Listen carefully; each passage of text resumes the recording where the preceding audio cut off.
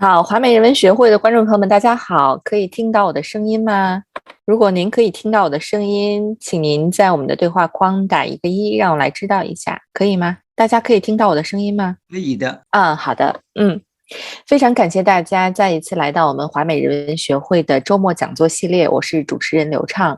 那么熟悉我们华美人文学会讲座的朋友啊，大家应该参加过我们以往的话题。那么我们以前呢讲过赛珍珠，他呢在美国用英语进行过对于中国这个历史画卷的一个描述的这样的一个创作。那么同时呢，我们熟悉的一些作家，比如说林语堂、张爱玲这样的华裔作家，他们也用英文进行过这个描述中国这个文化、描述中国生活的写作。那么同时呢，我们还请过这个 Kiki 老师啊，跟我们讲过很多这个在美国的华裔作家，他们如何通过英语的这样的一个创作来体现他们的这个本土文化的。但是大家可能有所不知呢，那么在美国的历史上，第一位用英文进行写作的作家，他就是我们今天的这个主讲的这样的一个主角，叫李富恩。所以呢，今天我们就是非常有幸请到了这个一位专业的教授来给我们进行讲解。那么具体内容呢，稍后何勇博士将给我们进行介绍。那么在我们讲座开始之前呢，我还是按照惯例给大家来介绍一下我们今天的讲座规则。首先呢，在您进来的时候，您的声音还有视频默认都是关闭的。如果在我们的讲座过程当中呢，您的声音还有视频不小心被开启，请您自行关闭。那在我们讲座结束之后呢，将留给大家一部分时间，大家呢可以向我们今天的主讲嘉宾来进行提问还有互动。当然也欢迎您在我们的过程当中把您想互动的话题以及提问的问题打在我们的对话框，那么稍后我会为大家来进行提问以及互动。那么今天呢，还有一点是想跟大家来提醒一下，就是我们今天的讲座呢，全程都是将用英语来进行，所以呢，您想互动或者想提问的问题呢，可以用中文还有英文双语来进行哈。那我们稍后呢都会这个来向我们的主讲嘉宾来这个一一进行的解答和互动。好，那下面我们就请出我们华美人文学会的联席主席何勇博士。可以看到我吗？好的。Okay, now let's switch to the English mode. Welcome to today's lecture.We're quite honored today to have Professor Mike Duvall with us, who will tell us the story of Yanfu Li or Li Enfu. Yeah, Li Enfu was truly a trailblazing individual, holding the esteemed title of being the first Chinese American to publish a book in the United States. Professor Duvall's expertise will provide valuable insights into Li Enfu's contributions as a writer, his groundbreaking book, and his unwavering determination to rectify misunderstandings surrounding China and its people through his writings. So Dr. Mike Duvall is Associate Professor and Associate Chair of English at the College of Charleston in South Carolina. He teaches American literature and culture with a focus on the late 19th century and the turn of the 20th century, which was a pivotal period during which Li Enfu was writing and publishing. So Professor Duvall recently wrote an important academic article on Li Enfu, which will soon be published in the upcoming issue of Global 19th Century Studies. So I believe Professor Duvall will share with us some of his findings in his article. So now let's welcome Professor Duvall. Thank you very much. Hi, everyone. Good evening, good afternoon, good morning, in some cases. Can you hear me? Loud and clear. Okay, great. Let me take over the screen. Okay. All right. So I hope I have successfully taken over the screen and you should see Yanfu Li in America, the cover slide. Can I just get a verification that that's... Yes. You're seeing that? Okay. All right. Thanks.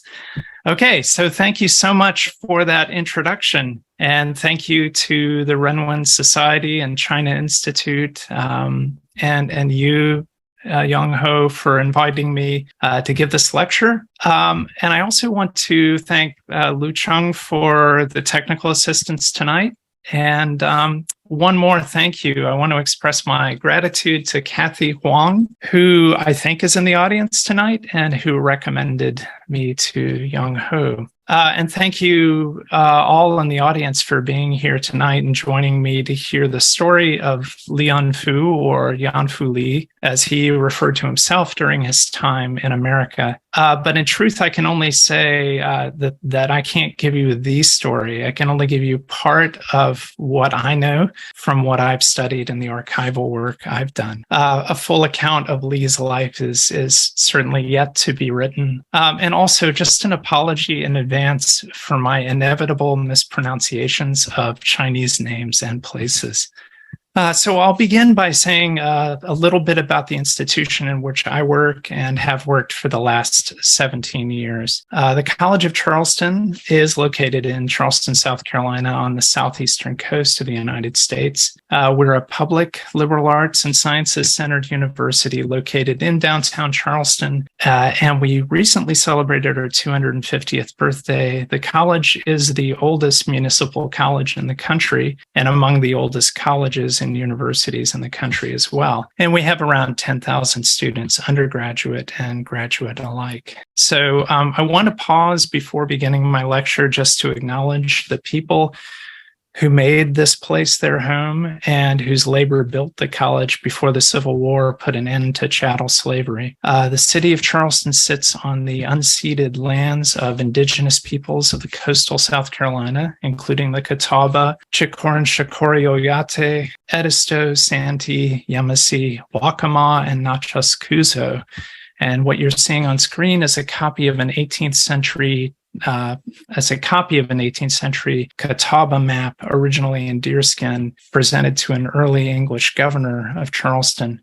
Charleston was also the location where somewhere around 40% of the enslaved African people in what became the United States were bought and sold.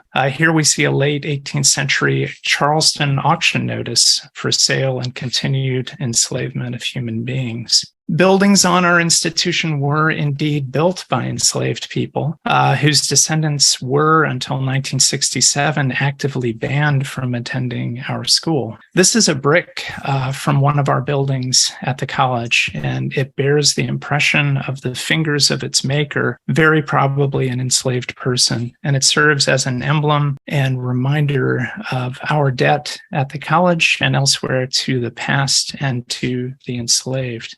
So at the college, we strive to acknowledge these legacies and to pay them respect and study them as we actively work against systems of oppression that perpetuate such legacies even to this day. So I'll begin the lecture. An eventful and somewhat romantic life, Yanfu Li in America. The intro line there, eventful and somewhat romantic, those are Yanfu Li's words.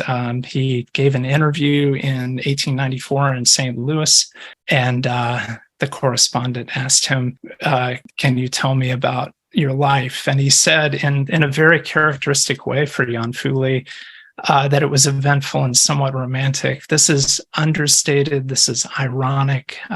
By 1894, he had certainly had many triumphs in his life, but he had numerous challenges. And so he used this typical ironic understatement a lot, as we'll see. So my plan was to break my talk this evening into 4 sections. But I'm going to have to alter that a little bit.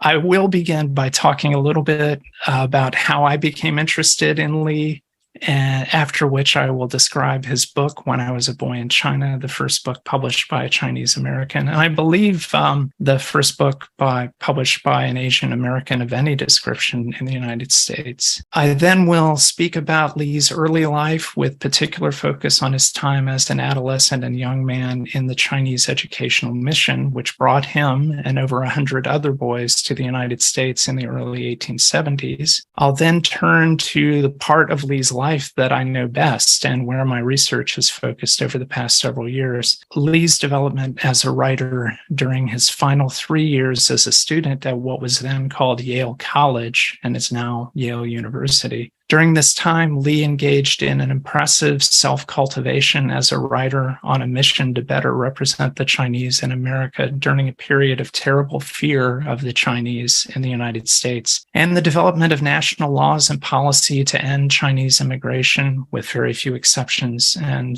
essentially enshrining xenophobia at the heart of the nation. I had hoped to close with an account of what I've been able to discover about Li's life after he completed his time at Yale. And it's a period in which there's very little known.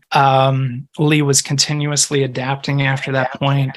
He was trying many different occupations, which included continuous work as a writer and editor, but he was no longer a writer who commanded a national attention for his writing.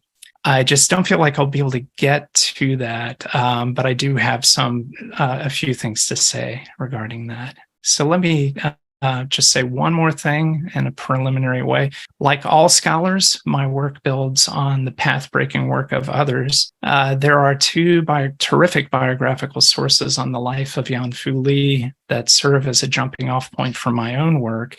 Richard Vale Li's, that's Li's grandson, Richard Vale Li, Li's grandson, gathered and recounted key events of Yanfu Li's life in the introduction and afterword of his 2003 edition of When I Was a Boy in China, which I believe you may have a link to on the webpage for this lecture. Richard Li's introduction is well worth your time. His own story of coming to know about his grandfather is a fascinating tale in and of itself, and it connects his grandfather's life to and his own life in a way to the legal discrimination against intermarriage between whites and Asians that continued well into the 20th century. Another essential biographical treatment of Li can be found in a book chapter by Amy Ling. Ling was a pioneering Asian American studies scholar whose chapter of this book, entitled Yanfu Li on the Asian American Frontier, was published posthumously in 2002. Amy Ling speaks of, and this is a quote, reading between the facts of Li's life and between the lines of his writings. And my own work is continuing that form of reading and analysis by adding many more facts and many more of Li's writings to the record and trying to grapple with them and understand them. So tonight and in my own work, I'm standing on the shoulders of Richard Li and Amy Ling in my extension of their work, some of which I share with you this evening, and part of which will be published in that upcoming issue of the academic journal Global 19th Century Studies, which I think is supposed to be out in the fall.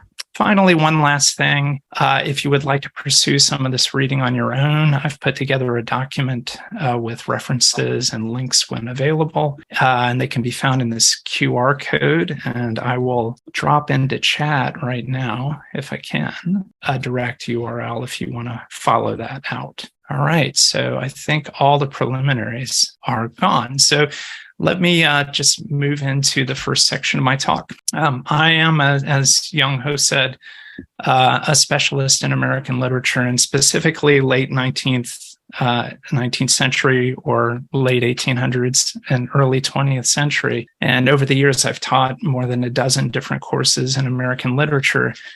The bulk of those tend to be what you might call mainstream. They're courses that, surveys of American lit, or maybe courses on American novels and that kind of thing. But about 12 years ago, I began to really focus my energies as a teacher on broadening the scope of the literature I teach, broadening my own understanding of it to include the writing of underrepresented groups in the United States as well. And so I designed and taught a course that centers the writing of marginalized people at the end of the 19th and turn of the 20th century. And that is a period that spans what is often called the Gilded Age and Progressive Era in the U.S. And it is also the beginning of the regime of Chinese exclusion. I wanted to provide my students and myself with an opportunity to study by writing by individuals in these groups comparatively. So I focused the class on the writing of African Americans, Indigenous Americans, Eastern European immigrants, and Asian Americans, represented in the columns you see from left to right. Preparing for the class made it clear to me how little I knew about these writers and their individual and group histories. And my knowledge was especially thin when it came to Asian American history and writing in the period. And it became very clear to me that Asian American literature in this period is relatively scarce. I knew that I would be including in my course the writing of Sui Sun Far. I had taught a couple pieces by hers in sophomore literature surveys for years. There's a wonderful memoir called Leaves in the Mental Portfolio of an Eurasian, and a fiction piece called In the Land of the Free. And I knew I would also include the writing of her sister, who took a Japanese pen name, Anata Watana, which is an interesting situation. But fortunately, Google Books search turned up for me Lee's book. I didn't know about it. And in due course, I discovered its importance to American literary history as that important first book. And I included it in the reading list. And as we read these literary texts, we also read about and discussed pertinent historical and legal events related to each group. And in this way, students were learning the centrality of the story of Chinese immigration to the history of immigration in the U.S. and to the development even of our understandings of American identity. And by this means, we also took stock of how oppressions faced by different marginalized and racialized groups unfolded alongside each other.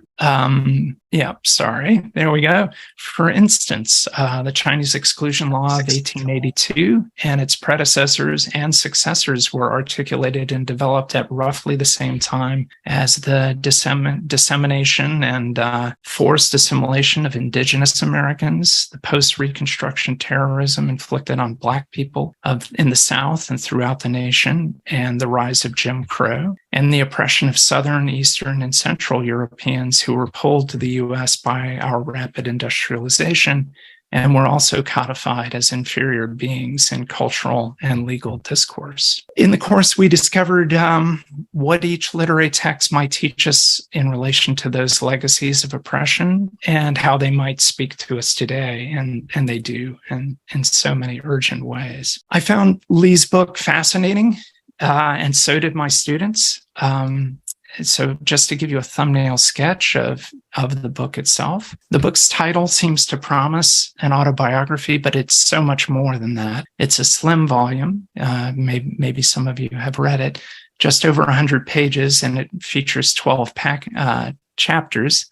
The book covers such topics as raising of children, family structure, household arrangements, the differences between Chinese boys and girls, childhood games, foodways, public markets, school life, storytelling, holidays, and the like. And the book gives us glimpses into children's lives in China from the perspective of a Chinese man. And it is this perspective that makes the book stand out in its time. American readers who wanted to know about the lives of Chinese people had to rely on Western accounts that often trafficked in stereotypes and misconceptions, not to mention at times outright ethnic and racial bigotry. Lee set out to correct these misunderstandings. As we'll see, he took this as his mission. And in this book, he shared his thoughts not simply as a Chinese man, but also as a modern cross-cultural figure. And this was an image he deliberately cultivated. He embodies it in a photo at the front of the book. Here we see Lee wearing Western attire. And to emphasize his adoption of Western ways, he undersigns or endorses his image in English cursive. And he notes in the first few pages of the book that he has chosen to arrange, as he puts it, his given name, Li Yanfu, in accordance with American custom, as Yanfu Li. And that is a name he used consistently throughout his life in the U.S. In various ways as a writer, but also for legal documents and such. I'm going to take a quick sip of water, if that's okay. Okay. Excuse me.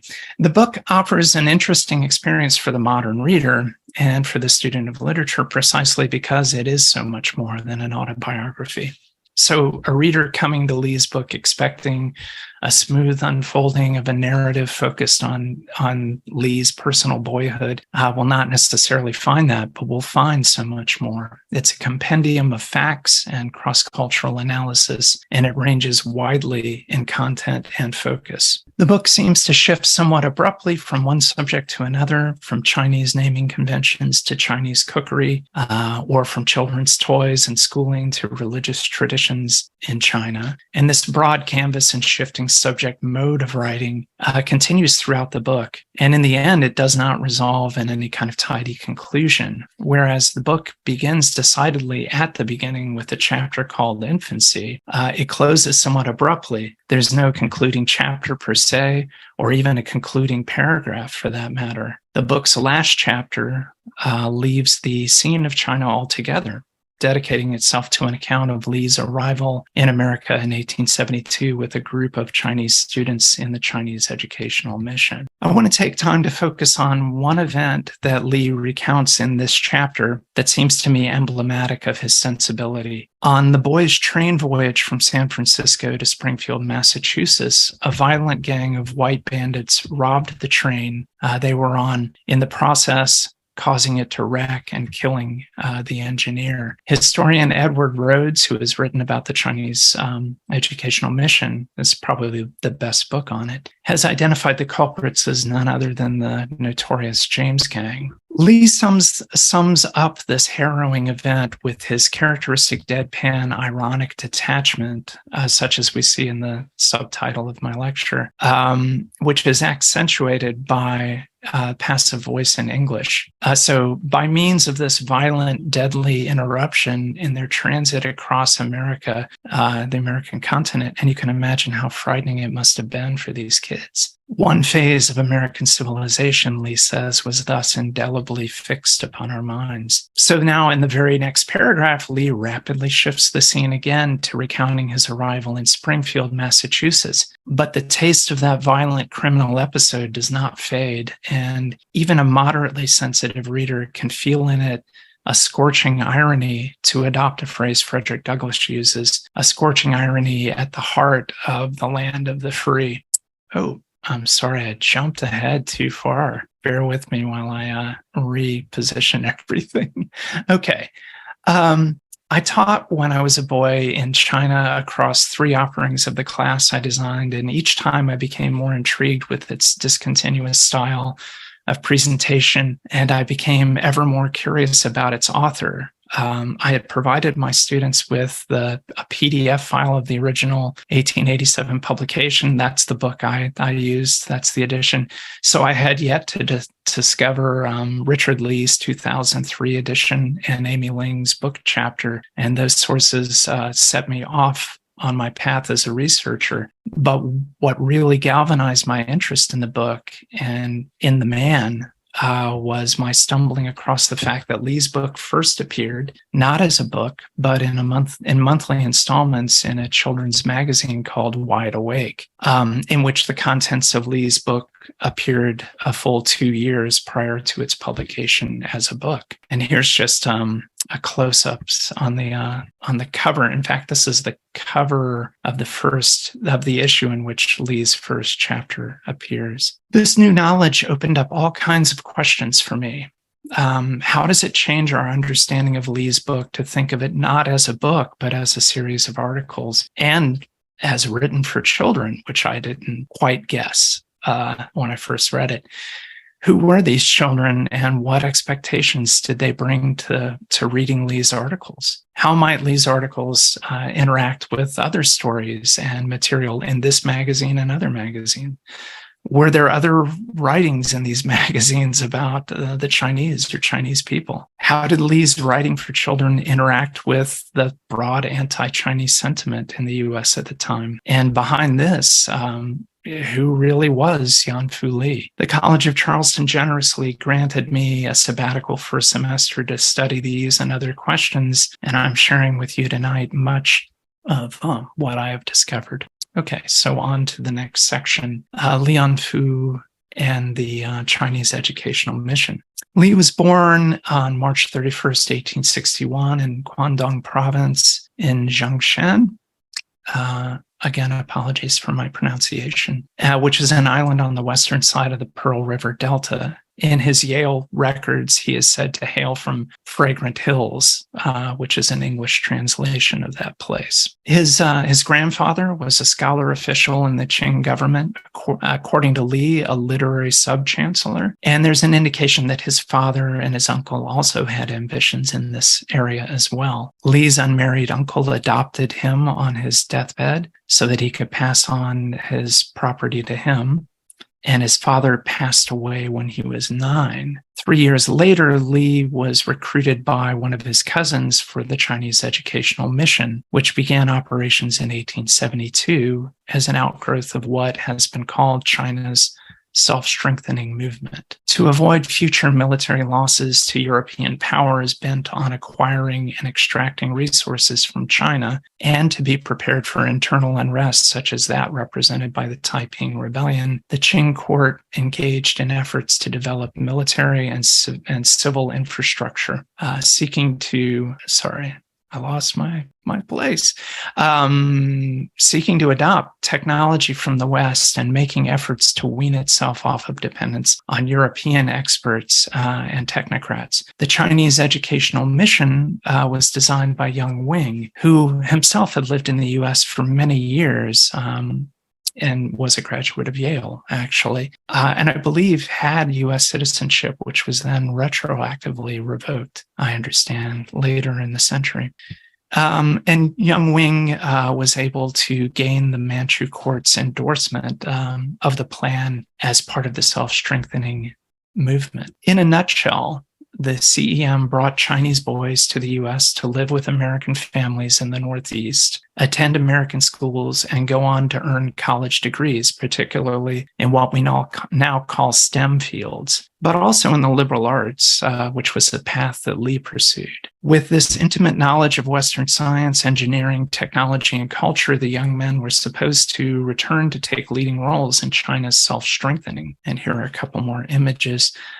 These are just several boys who were part of the mission. I don't believe there are any photos of Yan-Fu Li as a CEM participant, at least none that I know of or that have been discovered as of yet.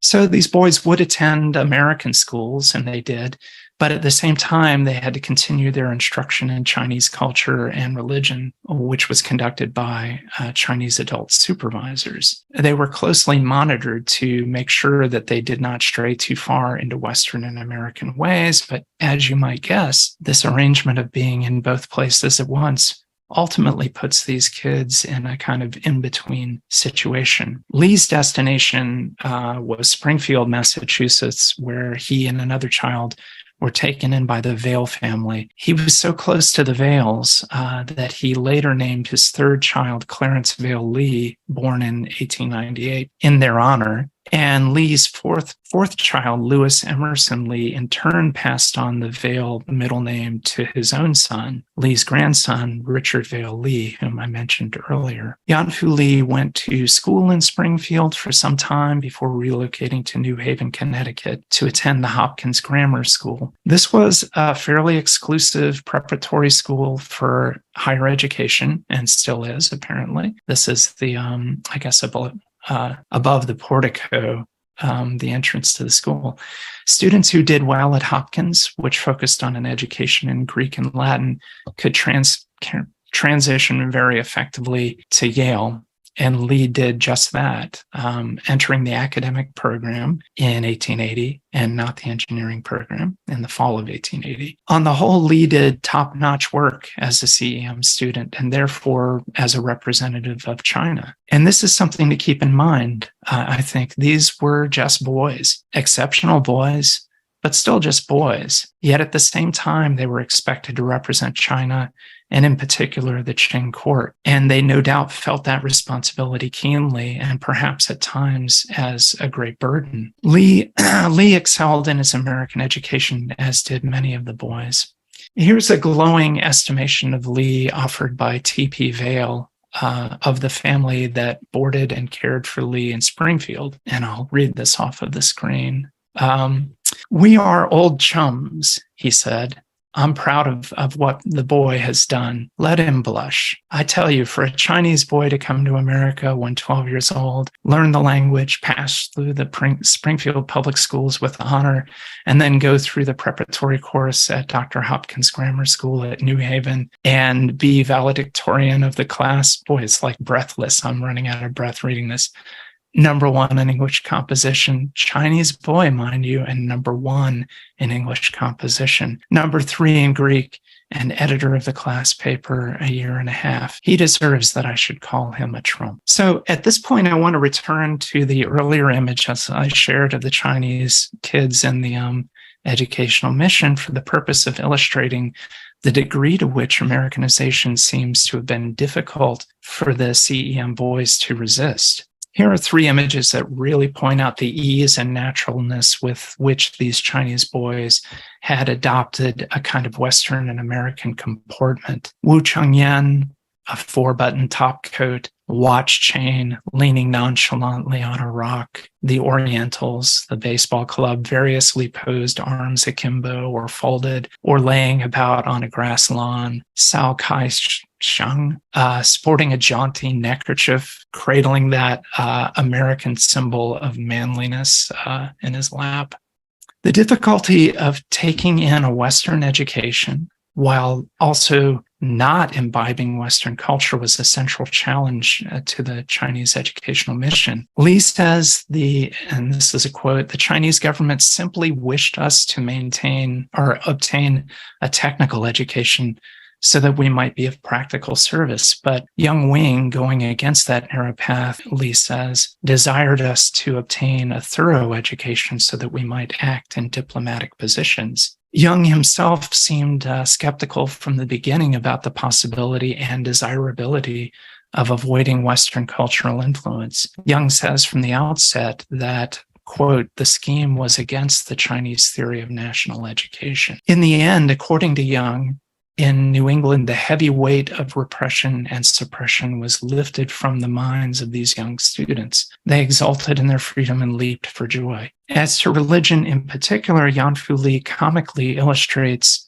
just how much of a taboo Christianity was for the boys and the mission in the final chapter of his book.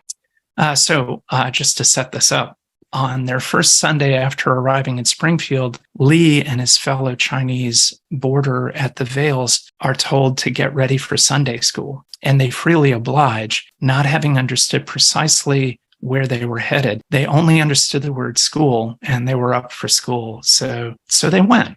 Soon, however, it dawns on them that they are headed into a Christian church. And let me read this off the screen. Okay. "It's a church," my companion said in Chinese. "We were confirmed in our suspicions on peeping in and seeing the people rise to sing, 'Church, church,' we muttered, and rushed from the edifice with all the speed we could command. We did not stop till we got into our room, while our American friends, surprised at this move on our part and failing to overtake us, went back to the church." So these kids just bolted when they discovered they were about to enter a Christian church. And yet, in a few short years, Lee himself had quietly converted to Christianity and presumably kept it a closely guarded secret throughout his time in the mission.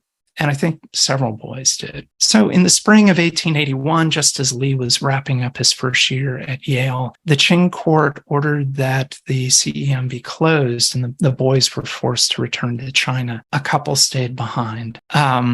But not because the court let them. Despite the efforts of young Wing to get the court to keep the mission open and the efforts of U.S. supporters like former President Ulysses S. Grant and Samuel Clemens, better known as Mark Twain, the mission did in fact come to an end. And on to the third section. Li returns to the U.S. in February of 1884, and he does so on a mission. His express goal was to become a writer in service of the Chinese people. In the fashion of Frederick Douglass, he says, "It is my ambition to do all I can for China." When asked about his plans, Li elsewhere says, "I desire to follow up a literary career, and I think I can do a great deal of good in this country by simply correcting erroneous American ideas concerning Chinese affairs." And there's evidence, too, that this mission that Li felt so important and so personal to him as well stuck with him throughout his time in Yale. And so when he was interviewed upon completing his degree, he stuck with this idea of the importance of serving the Chinese people. So this raises a question. Having laid out this marker of an important mission, how does one prepare for such a mission? And, by my estimation, for Yan-Fu Li, the answer to that question seems to have been write, and then write some more. But obviously, there's more to it than that, although he wrote all the time. From what I've seen in the record of Yan-Fu Li's life, that preparation for that mission also included seeking out every opportunity to learn about writing, to practice it, to write for as many occasions and purposes, and for as many audiences as needed to hone his craft, and to prepare himself to be the writer he wanted to be. We who teach writing know that composing for different audiences and purposes and in different genres is a powerful way to develop yourself as a writer. To my mind, this is precisely what Li is doing in the 3 years or so after his return from China and when he was a student at Yale. He's actively developing himself as a writer, feeling out the possibilities in various rhetorical situations in order to step into arenas where xenophobia, either subtle or obvious, influences readers' understandings of China and the Chinese. As I pointed out, Li wrote for a children's magazine, Wide Awake. He also served as a columnist and editor for another youth-oriented magazine, the Chautauqua Young Folks Journal, which was associated with Wide Awake. And as a student, he contributed to the competitive Yale Literary Magazine, in which he published a total of 5 pieces, 3 of which were centered on Asian and Chinese themes. Okay, yeah. Among the work Li did as a writer while working for the Lothrop Company, which published Wide Awake, was also reviewing writing footnotes for Lothrop's edition of British writer Robert Kennaway Douglas's popular book on the history and culture of China. Li is not credited by name in this book. It's in the book itself, interestingly, but advertisements such as this one did mention Li by name. Also, it seems patently obvious from the details that it had to have been Li who contributed. And so the perspective, and this is from the preface of the book, the perspective that Li could bring to this established British scholar's work was clearly valued by the Lothrop Press, as indicated in the final paragraph of the book's preface, in which says, "A Chinese scholar who combines familiarity with the wisdom of his native land and acquaintance with the civilization and intelligence of America has read the text and has suggested a few remarks which have taken the form of footnotes." Probably the present book is the first work on China that has thus had the advantage of careful revision by a native of the flowery land, educated in the civilization of both the Eastern and Western hemispheres. So here we see that idea of Li as kind of a cross-cultural figure. But Li did something really extraordinary in this role of a reviewer and the writer of footnotes. Most of his footnotes are of the usual variety. They provide helpful information, they clarify, maybe they offer a translation, a further explanation, or a citation for a source. Yet in quite a few of his footnotes, he audaciously takes direct issue with Professor Douglas, which is something one doesn't do in footnotes usually. In this example, which is maybe hard for you guys to read, but I'll sort of run through it. In this example, he questions Douglas's interpretation of Confucius and casts doubt on Douglas's authority. Li points out, even indicts the author for a European cultural myopathy that prevents him from seeking out and understanding the actual practice of Chinese readers of Confucius. Where Douglas finds apparent inaccuracies or willful perversions of the truth, Lee points out that, to the contrary, these are consistent with Confucianism's respect for sovereign authorities. Let me say that again because I think I botched it.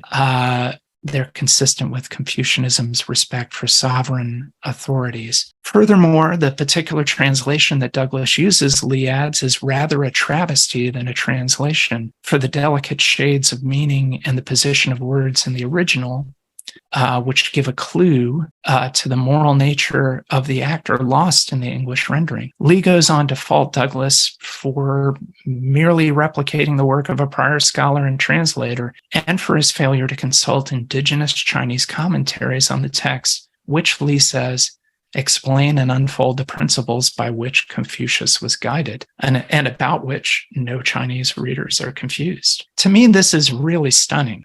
Lee is, in a sense, going toe-to-toe with Douglas, a venerated Western expert in China and Chinese culture, art, and history, implying strongly that Western Orientalist scholars may be offering incomplete and flawed accounts of Chinese religion, culture, history, and art. In this instance, it is crystal clear that Lee is following through on that mission of correcting erroneous ideas about China and the Chinese. Another form of writing and publication that Lee engaged in is public lecturing. Very soon after he returned to the U.S. in 1884, Lee begins giving public lectures on matters related to China and the Chinese.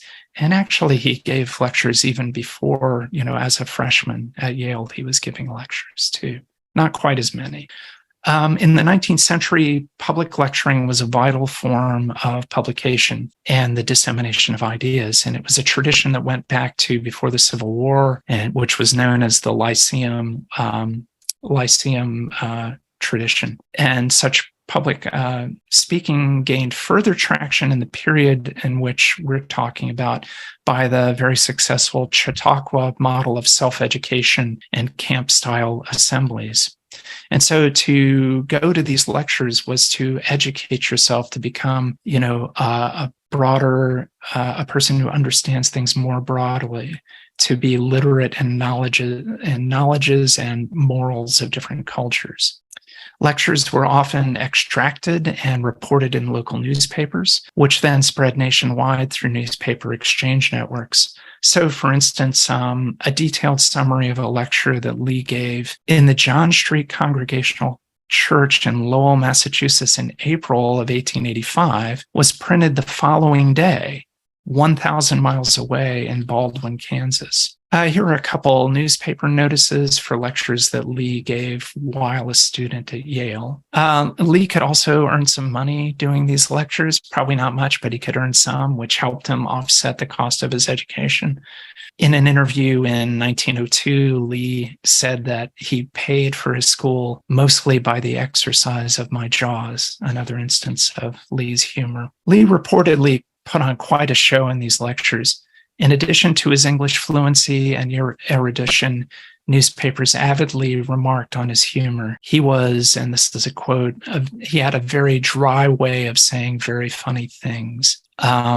Even at his Yale commencement oration on the heavy matter of Chinese exclusion, reports said that he provoked general laughter. So he had a great sense of humor. What's more, he often took the stage in traditional Chinese garb, traditional Chinese dress.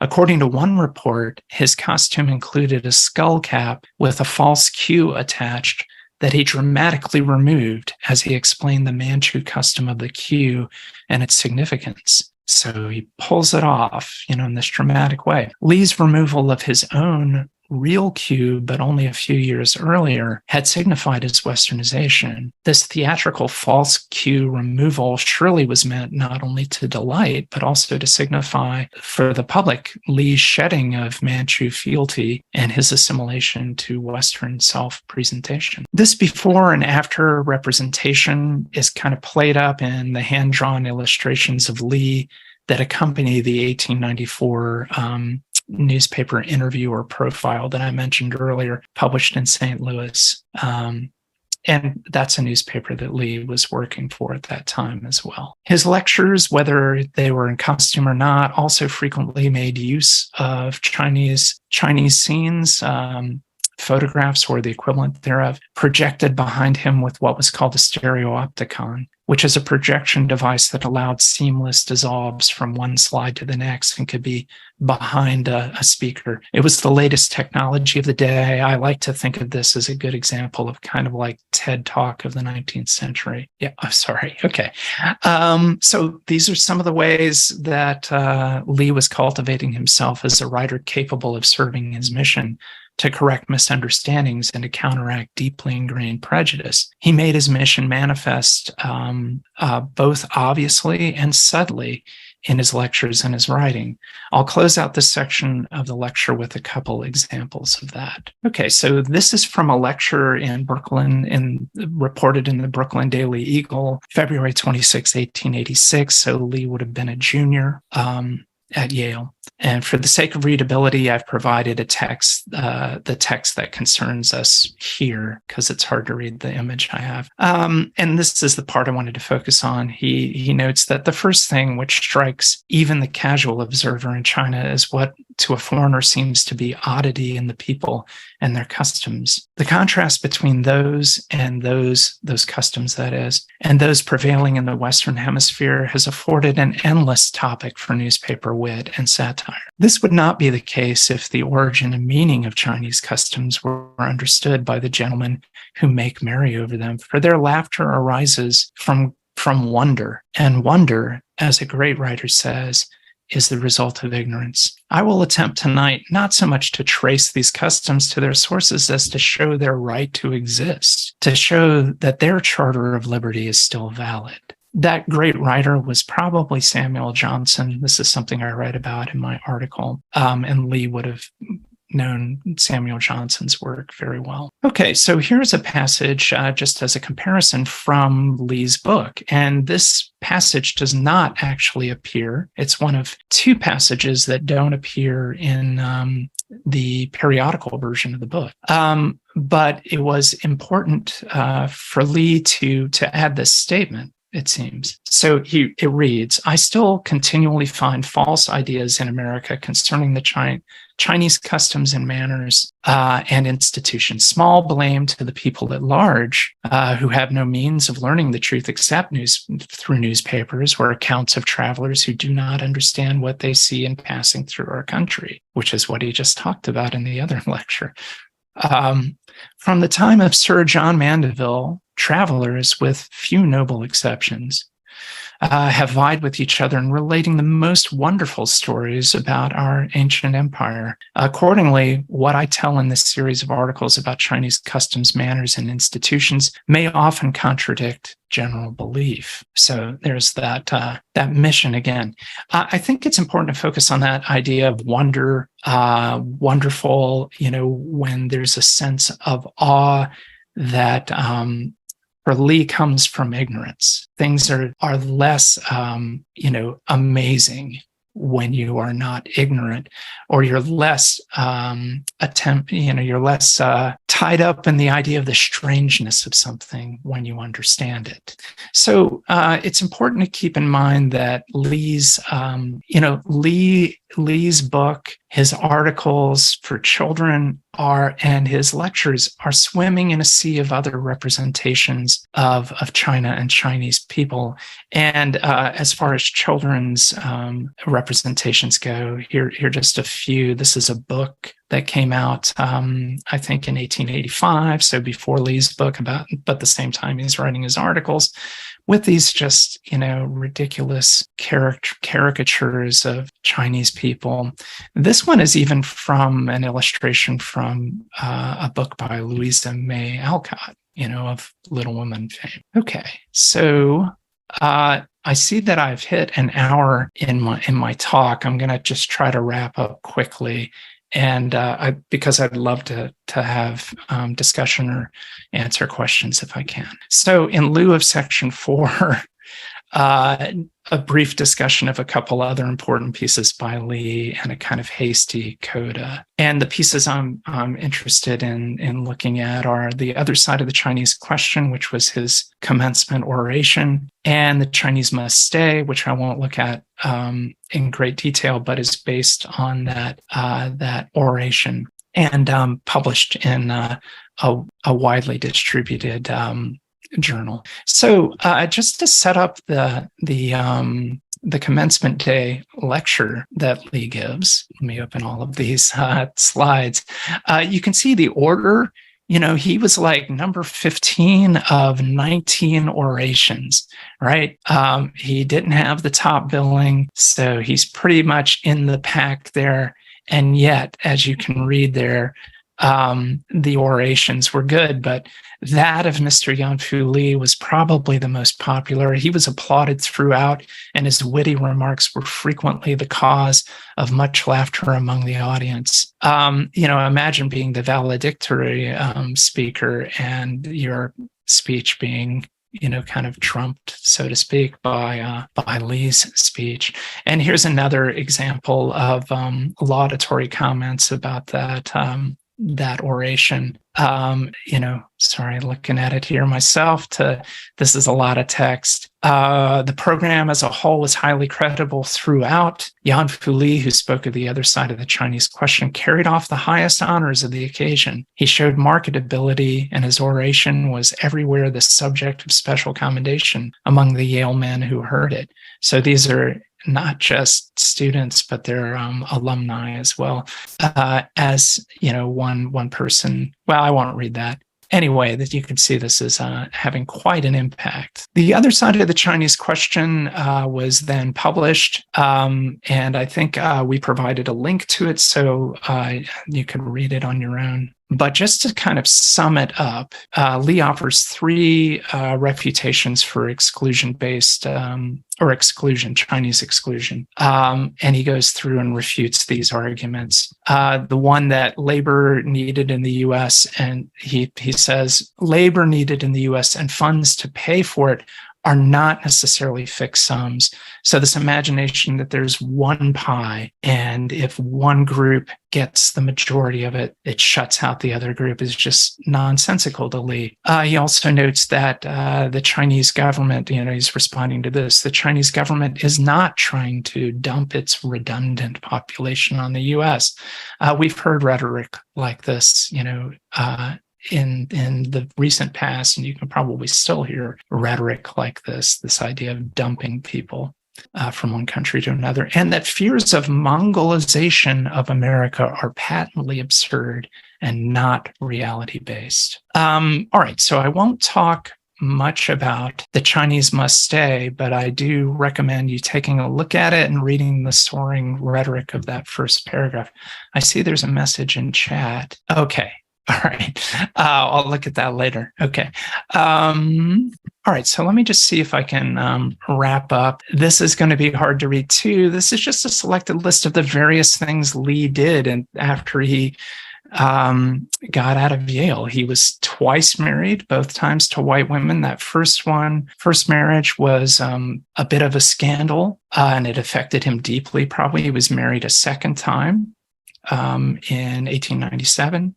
He was connected with missionary organizations. He did some graduate work at Yale. He might have done some medical school education at Vanderbilt. It's hard to know that. He published in newspapers across the country. He served as a legal interpreter, lectured throughout his life. You can find, it's interesting, you can find in the historical record, notices of him lecturing in South Carolina, just all over the place. He was involved in an attempt to open a boarding school for Chinese youth in America, kind of on the pattern of Booker T. Washington's Tuskegee Institute.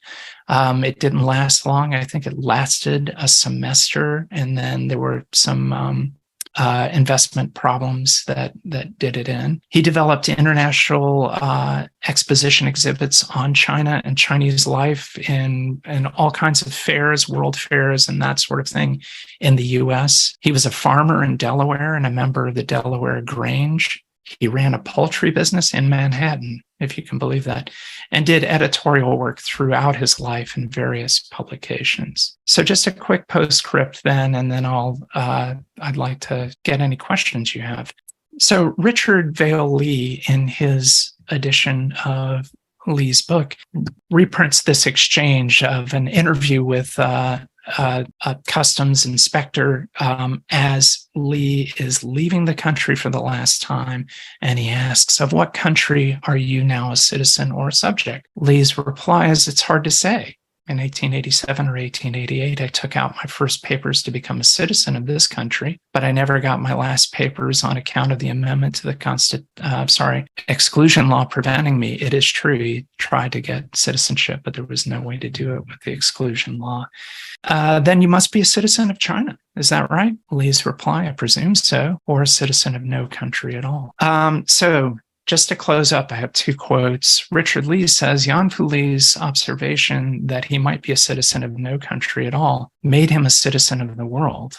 And Amy Ling, the other person to whom I owe a great debt, Lee explored and lived on a cross-cultural frontier, which he called a psychological and emotional state that found external expression in his life choices and in his writings, which manifested the fluctuating double consciousness of all racial minorities. And with that, I close the presentation. Thank you very much for listening. That was a lot. Thank you so much, Professor Duvall. So I would love to leave the rest of the time to our audience. So if any of you has questions or comments, that you are welcome to leave them in our the chatting box. So Professor Duvall will just answer the questions and communicate with you. So anyone?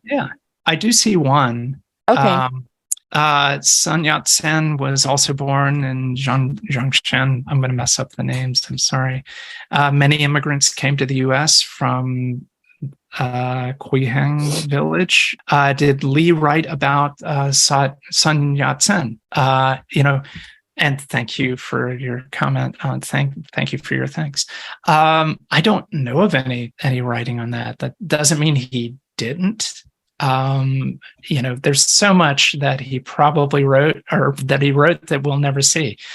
So I have not run across that, but that does not at all mean he never did. There's another one. Yeah. So the question from Jill Hadley. I see the one from Quinn Shu. Sorry. Irreconcilable conflicts. Scroll a little bit fast. Okay. Yeah. So I'm sorry. Yeah.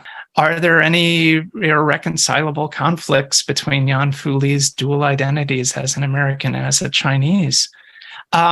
He didn't think so. The culture certainly thought so. The sort of legal and cultural regime of the United States was against that. It's against, to some extent, even today, it's against dual identities. So I don't think he felt any conflicts. He felt like he could be a citizen of both, that he could be in both worlds. So that's an opinion. I would have to think about it a little bit more, but on the whole, I think he did not see a conflict. So there was a question about why I used the somewhat romantic life of Lee. Okay.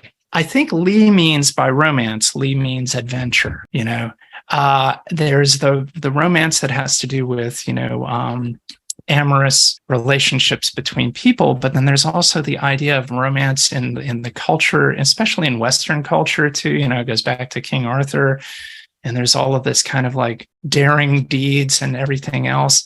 And I think he used it really ironically. It is a kind of romantic ideal that he would just give up, and he's a young man, right? That he would just sort of go, I'm going to go back to the U.S. and I'm going to do great things. And there's a kind of romantic quality to that, but the difficulty that he encounters in doing that, because it's such a hard environment for a Chinese person in the US at that time, for sure, is just overwhelming. So I think he uses it ironically, and he's being very understated and kind of darkly humorous too. I see a question about elaborating on his time in NYC. He lived in I would have to look at all of I have like just copious, I've got a database full of hundreds of newspaper articles. He was splitting time between New York and New Jersey. Actually, he was serving as an editor for a newspaper in New Jersey. He was then also running a poultry business in Manhattan at the same time. I'm not sure what else off the top of my head. I can't say what else he was doing in New York at that time. Yeah. So I wish I could answer with more detail. I see a number of other questions that I can't read. I'm not pretty sure. It's not a question. Seems like it's like the family tree or whatever. Oh. So yeah, I can't see very clearly. Oh no, it's the name list of the first group of the kids sent to the U.S. to study, I guess. Oh, okay. Yeah. So, well, I don't know how this our audience find this picture, but it's pretty, I guess, precious. Okay. And so it's pretty interesting. Okay, so here's another question from Xin Xue. Okay. Do you view a person with no country as a kind of transcendence of any limits? I think that this is kind of like the somewhat romantic question in that it's not limitless, right? He would clearly like to live in both places, but there is a kind of the in-betweenness of that life is maybe a very painful life, but it's also a very valuable life in that it can represent to the rest of us what that painful in-between experience is. I think Richard Lee, his grandson, who wrote that, the idea that he's a citizen of the world really does see that as an ultimate triumph of Yan Fu Li after, long after he has passed. But I don't know if that's a satisfactory answer or not. Okay. So it's a list of the second detachment from the CEM. Handwritten, 1905 in China. Yeah. So Yan Fu Li is among that group, I think. Mm-hmm. Okay. So next question from Zheha Li, and also. In the time of Chinese Exclusion Act, could Chinese be selected to be a Valendi? I'm not sure what Valendi is, what that means. Valedictorian. Mm-hmm. Yes. Oh, so here's the interesting thing. I guess, all right, I see. That's a good question. So, before the Chinese Exclusion Act, when he was at Hopkins Grammar School, which is kind of like a advanced high school, he was valedictorian, but that's like that's before the Chinese Exclusion Act. I don't think any laws prevent any university or any school from, giving a valedictorian distinction to anyone. However, culturally, it might have been very difficult. And there's an interesting, So I don't think that a law applies because these are private institutions. Maybe unless they're public institutions governed by state governments, it's kind of a complicated question. I don't think, Lee probably could have been valedictorian. I don't know. But who knows what kind of prejudice was operative? That's a very good question, though. Thank you, Roy Dang, this is comment. This is a comment, and thank you so much. Thank you for remembering their life, their journey. One of the links I provided in that document that I posted is to an exhibit at the Hartford, the Connecticut Historical Society, and there's an exhibit right now on the Chinese Educational Mission because they were housed in Hartford, and there is a virtual tour, and I looked at it, and it was amazing, and that they're doing a great job of that kind of remembrance. Okay, thank you so much, Professor. So actually, I have a question. So before our lecture, so I did some research about like the Yan Fu Li. So actually, I found the original edition of the first book. Yes. So I'm wondering how many books so they published at the time. I do know that it went into a second printing in 1887. There's a 1903 edition. There are several editions that come up over time. It appeared on a lot of library lists. Like, I could find these lists from, like, say, 1895, books that should be in your library. So it was a very popular book. And it would change over time, too. There's a 1903 edition has these photos in it. And I remember reading an article by a scholar who was like complaining about the photos, but those weren't original. They were added in later, and they're just sort of window dressing, they don't have to do with the text. Lee didn't have them. He has a couple illustrations, but they're hand drawn, I don't have an exact answer for you, but it was so popular, it sold out its original run. It had to be printed a second time.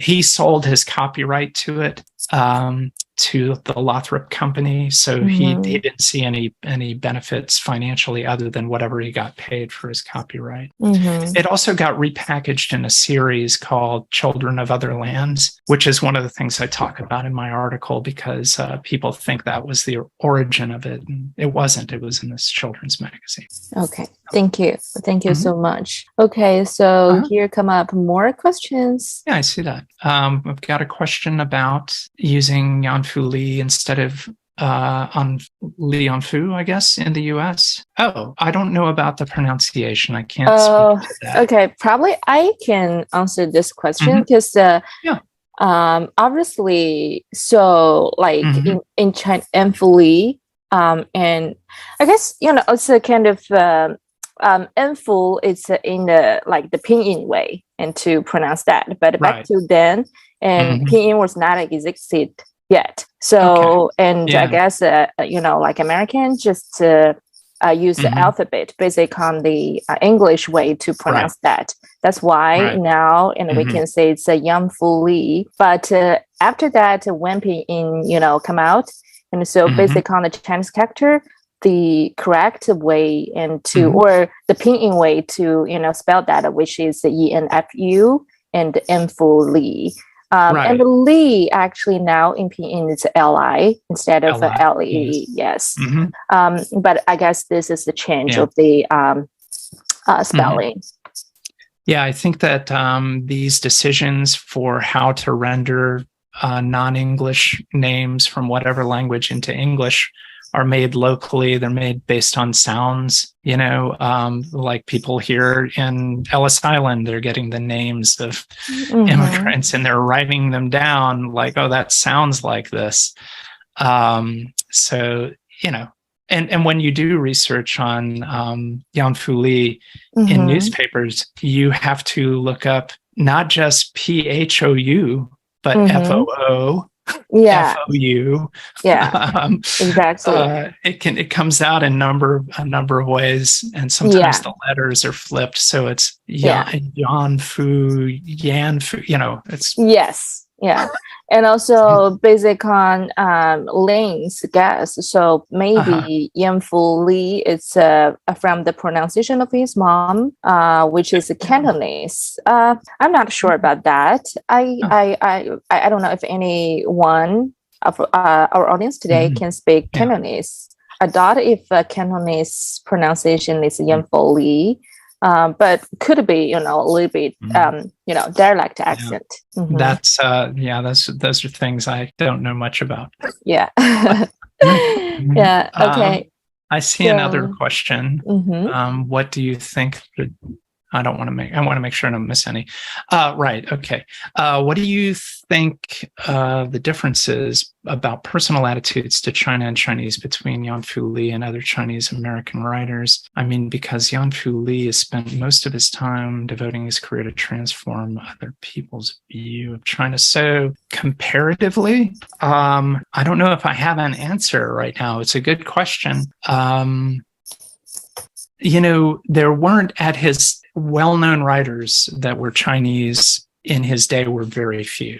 There's Wang Chenfu, who is a really important figure. He precedes Yanfu Li in the country by 10 or 20 years, and he actually became a citizen of the United States. This was well before the exclusion regime. Has a different kind of attitude. I think, Okay, so here's a good example. Wang Chunfu wrote an essay for the North Atlantic Review called Why I Am a Heathen, in which he talked about all the reasons why he just couldn't hang with Christianity. He couldn't handle, he just didn't like Christianity, but he liked Confucianism. And then Yanfu Li wrote a reply to Wang Chunfu, which was Why I Am Not a Heathen, in which he explained all the reasons why he had converted to Christianity. So I think that's a case of two Chinese American writers with very different ideas about how to present themselves in an American culture with respect to religion. Also, I believe Wang Chunfu wore traditional Chinese clothing most of the time and only periodically would wear Western attire. And I believe Yanfu Li had just sort of completely assimilated to Western. Yeah. So I don't know if that is much of an answer, but that's at least a case of two writers disagreeing. Okay. Thank you. And any more questions? Okay. There's something. American. Okay. We're still in Cantonese. Chiang Kai-shek and Dr. Sun Yat-sen both are Cantonese. Yes. Okay. Yeah, exactly. Sun Yat-sen in Mandarin it's Sun Yixien, so it's a bit different. American mostly think Cantonese is Chinese, but actually Cantonese is just one of dialects of yes, Cantonese was taken as a dialect in China. So and Kathy Huang say fantastic Thank talk. You, Thank you, Professor Duvall. You've seen this more than once, Kathy. Thank you for coming this time too. I appreciate it. Mm-hmm. Okay. Thank you, Professor Duvall, and thank you for our audience today. Thank you for your questions and your comments. So definitely today we learned a lot about this first writer who wrote, Chan's story in English in America, and also like we know a little bit about Charleston, right? Oh, yes. So yeah, I've been Charleston before. So Charleston is such a beautiful place. So it's a nice place. I got lucky to get the job here. Exactly. So like we're so happy that we can have Mr. Duvall today and to tell us about this story from Charleston. And thank you for all of you tonight and to join us. Yes. Thank you. So before we end this lecture today, and so we'd love to introduce a little bit about our lecture next week. So our lecture next time. So it's going to be in 2 weeks. Mm-hmm. So can you say that now? No? Yeah, I mean, fine with me. Okay, let me try again. Okay. Can everybody see? So our next lecture will be something about a Chinese lifestyle. So this is the elegant Chinese lifestyle, the art of living in a fulfilling life. So which is a little bit about Zen style. So if anyone want to know about this, like Chinese traditional lifestyle, so you're welcome to join us next week. Next time. So it will be on June 24th, which is a Saturday. Same time from 8 to 9:30 p.m. So if you're in mainland China in Beijing, so it's going to be in Beijing time, June 25th, 8 to 9:30 a.m. So and in case any of you today, so you don't speak English very well. And 我们下一次的讲座呢，将会是在6月24日，也就是星期六的早8点到9点半。那北京时间的6月25日早8点到9点半。所以，如果您对我们下一次讲座感兴趣的话，欢迎您届时参加。感谢。Okay, thank you today. Thank you everybody again today for joining us, and thank you Professor Duvall again, and for sharing this beautiful story. And it's going to be our honor if we can just invite you again, to share more about the stories about, Chinese writers, about Asian or American Chinese literature in America. It's going to be our honor. And thank you again. Thank you. Okay. Thank you. Yeah. And那我们今天的讲座呢到这里就结束了。再一次感谢这个杜威尔教授以及我们今天的嘉宾们，非常感谢大家。那我们下一次再见。So see you next time. Thank you. Goodbye. Thanks again. I appreciate it. Thank you.